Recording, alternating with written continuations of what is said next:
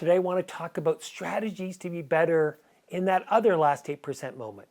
Not the unexpected, but the expected. When you have time to plan and prepare for that hard conversation. It's really the same approach. There's just some variances. So let's go back to Lisa, right? This is the moment, or this is the day after the meeting, when Lisa's going to address the interaction that she had with the questioner. And to remind you, Lisa faced this harsh question from a colleague that she knew fairly well and had a good relationship with for this important project, and it was in front of senior folks. It was an unexpected last 8% moment, and it threw her off, understandably. So today, Lisa needs a strategy for a conversation she's going to have where she has time to prepare. So let's walk through it, because you will face these same things.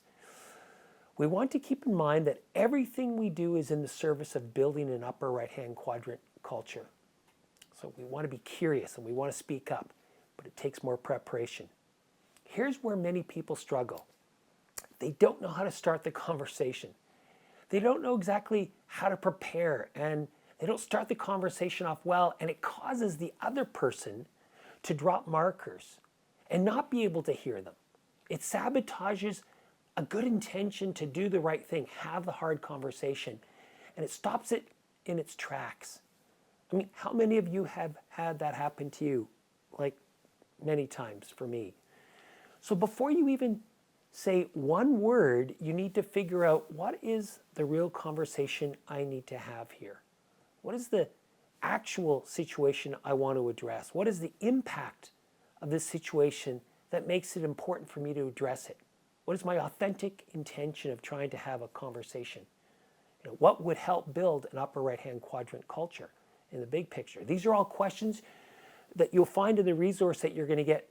So don't worry, you don't have to write it all down, but these are the questions you want to answer, because it helps you get really clear. What's the conversation I need to have? For Lisa, her intention to have the conversation might be to address how the questioner asked the question, which she found quite brutal in its impact.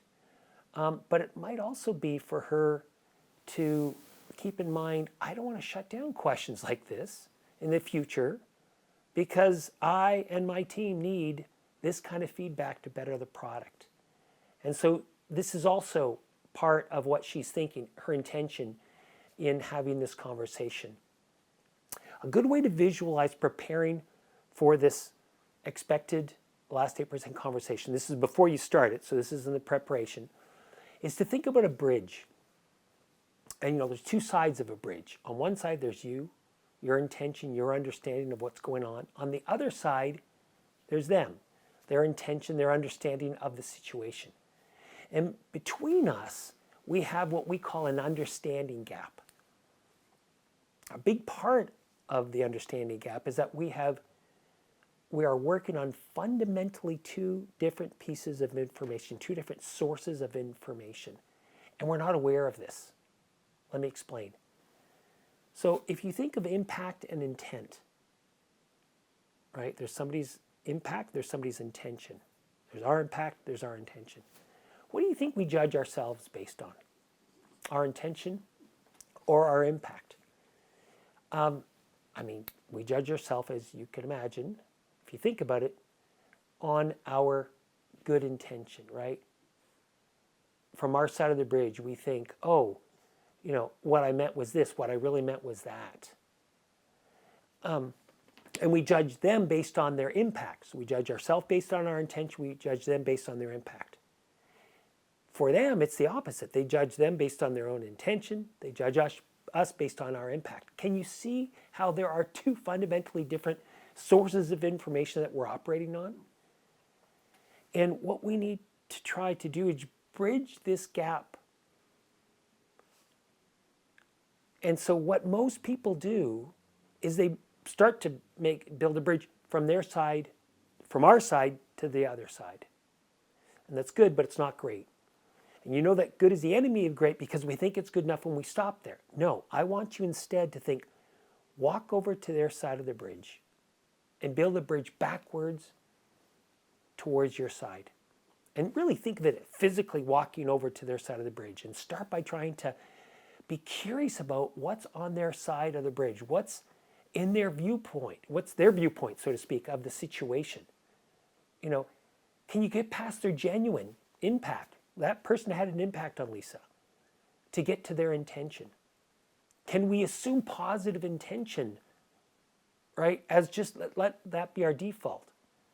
That they're not trying to be difficult, that they're not trying to, upset the project.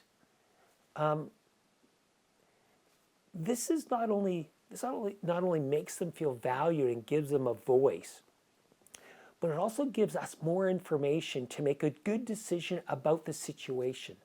So a powerful way to think about this, the other side of the bridge, is, okay, what's on their side of the bridge in terms of their emotional needs? And that may sound deep and scary, but just let me explain. In order for us to do good work, we need to have certain emotional needs met. We need to feel respected. We need to feel included. We need to feel appreciated, right? We need to feel autonomous. That someone's not kind of, looking over our shoulder, micromanaging. And when these needs are met, it is much easier to do good work. So this is how we want to be curious about what's going on their side of the bridge. So I want you to pull out a piece of paper again. And I want you to think about a relationship where there's a little bit of friction or conflict. And look, this can be somebody in the organization. I'm not going to ask you to share this. But I want you to think about somebody who you're feeling the need to have a last 8% conversation with. So, have that person in mind. And so I want you to, walk through this. And again, I'm not going to ask you to share this with, anyone today. Here's the first question. What do you find that triggers you about the situation? Did the other person in some way put you down, or let you down, or shut you down? PLS, put down, let down, shut down. Put that in the column, right? What did they do? Did they criticize your ideas? Or is it that they come to meetings late and don't come prepared, and they don't seem to respect you? Whatever it is, I just want you to write down, what's the trigger? So that's the trigger. Next, what is your reaction to the trigger? Maybe you get angry. Maybe you feel like leaving.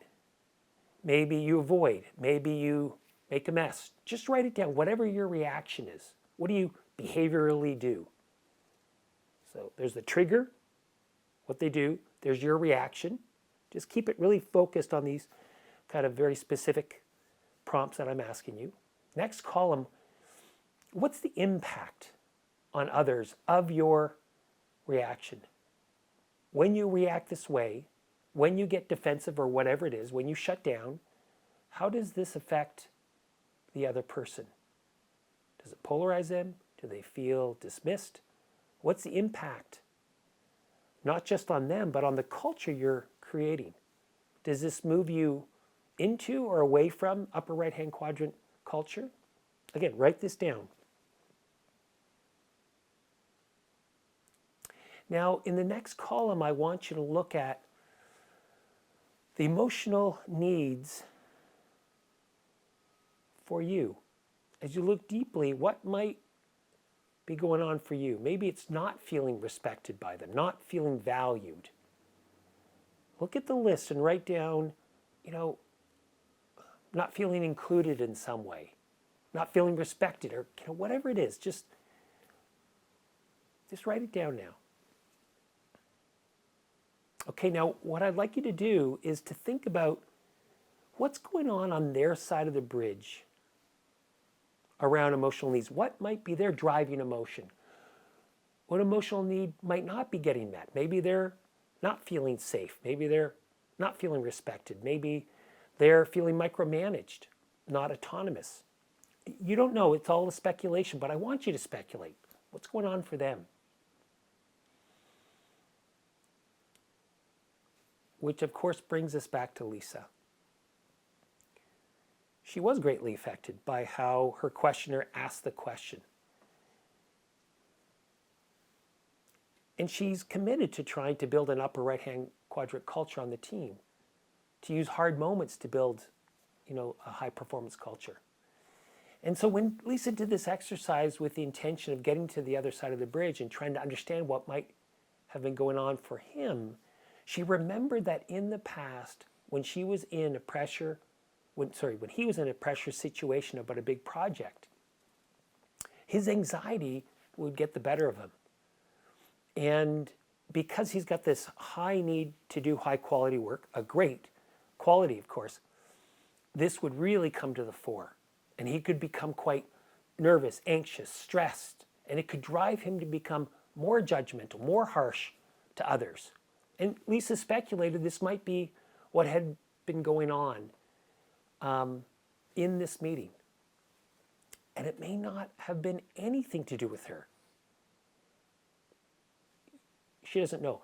Now, listen, by going deep on this, this does not let Lisa's questioner off the hook for his behavior. Not at all.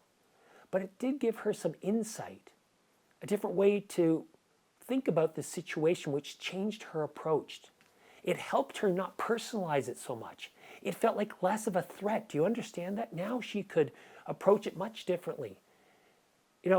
And she could be ready to start the conversation, not, thinking that he's got some horrible intention, but hey, I wonder what's going on for him. Again, it doesn't mean she's not going to speak up in a very strong way. Okay, now that we've done all that work, can you see how we over-index on be curious? How do you start the conversation?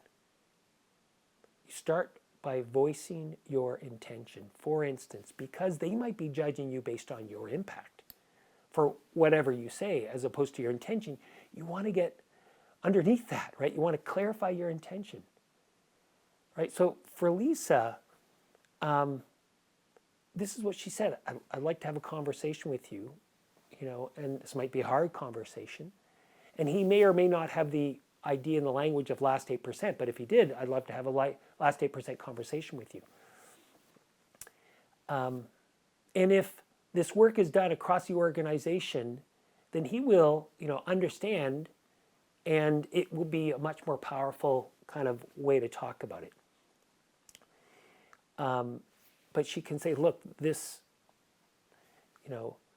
probably is going to be a hard conversation. All right, great. So here's what Lisa said, and you can use this because it's such a powerful way to start, right? It can be so disarming to start this way. You clarify your intention, and what really helps, and what Lisa did, is be vulnerable. She said, I want you to know that I'm actually feeling a bit vulnerable right now in this conversation because I want it to go well. I don't want to upset you. I don't want to get you upset with me because I care about you and I care about our relationship and I want to have a good relationship. But we've agreed that, we want to be courageous in this organization. We want to have last 8% conversations.